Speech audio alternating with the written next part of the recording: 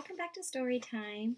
Today we are going to be reading another story about sweet little Chester the raccoon. This book is called A Pocket Full of Kisses by Audrey Penn. Chester Raccoon sat in the hollow of a tree stump and pouted. "Please, can we give him back?" he asked his mother. "I'll be really, really good if we can give him back." Mrs. Raccoon smiled tenderly. "You're already really, really good, Chester. But I'm afraid no matter how good you are, we can't give him back. Besides, I thought you liked having a little brother." "I did like it at first," admitted Chester. "But now he plays with my toys and swings on my swings and reads my books. Then he pulls my tail and talks to my friends and follows me everywhere I go." Mrs. Raccoon lifted Chester onto her lap and smoothed out his worried, furry forehead. "That's what little brothers do," she explained in a very motherly tone.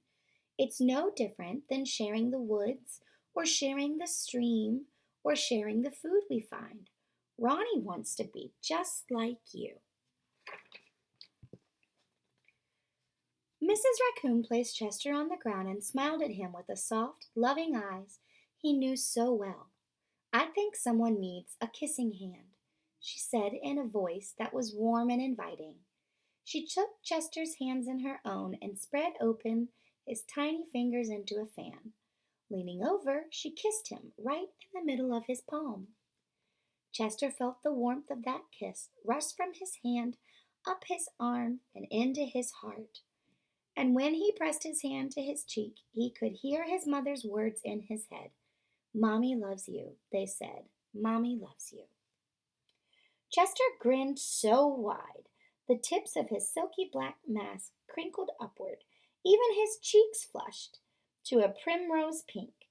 He was the happiest raccoon in the forest.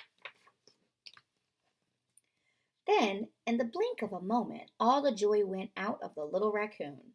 His pink cheeks paled, and a stream of tiny hot tears fell like a spring, ran down his cheek to his sad little face. Even his silky black mask drooped as he watched his mother reach down, take Ronnie's hand in hers, open his tiny fingers into a fan, and kiss his brother's right in the middle of his palm. "That was my kissing hand," Chester gasped, in the saddest voice his mother had ever heard. "Why did you give Ronnie my kissing hand? Don't you love me any more?" "Oh, Chester," cried Mrs. Raccoon, "of course I love you." "Then how come you gave the baby my kissing hand?" asked Chester. Mrs. Raccoon gathered Chester up in her arms and gave him a great big comforting hug. "I would never give Ronnie your kissing hand," she assured him gently. "That was his kissing hand. Now you each have one of your own."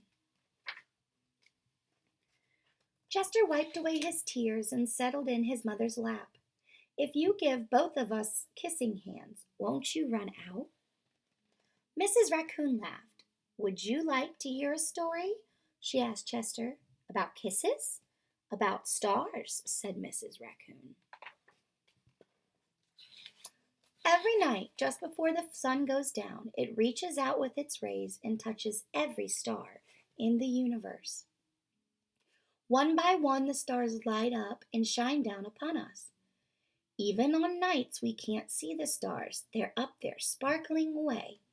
No matter how many stars fill the sky, the sun will never run out of light, and its rays will never stop reaching out to them. That's the way it is with kissing hands. When somebody loves you, their kisses are like the sun's rays, always there and always shining. No matter how many kissing hands I give you and Ronnie, I will never, ever run out. "But you're right about one thing," Mrs. Raccoon told Chester. Ronnie's big brother widened his eyes and looked surprised. "What's that?" he asked his mother. "You are the big brother, and that deserves something extra special." Mrs. Raccoon put Ronnie on a swing then took Chester's right hand in hers and spread it open with his tiny fingers into a fan. Leaning over, she kissed him right in the middle of his palm. "That kiss is for your pocket," she told him. "Take good care of it and keep it as a spare. You never know when your big brother might need a little extra care." Chester laughed. His mother romped away. "I love you too," he seemed to say.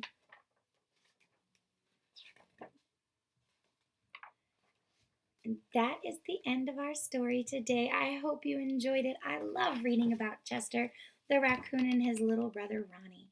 Okay, guys, have a great day. See you next time.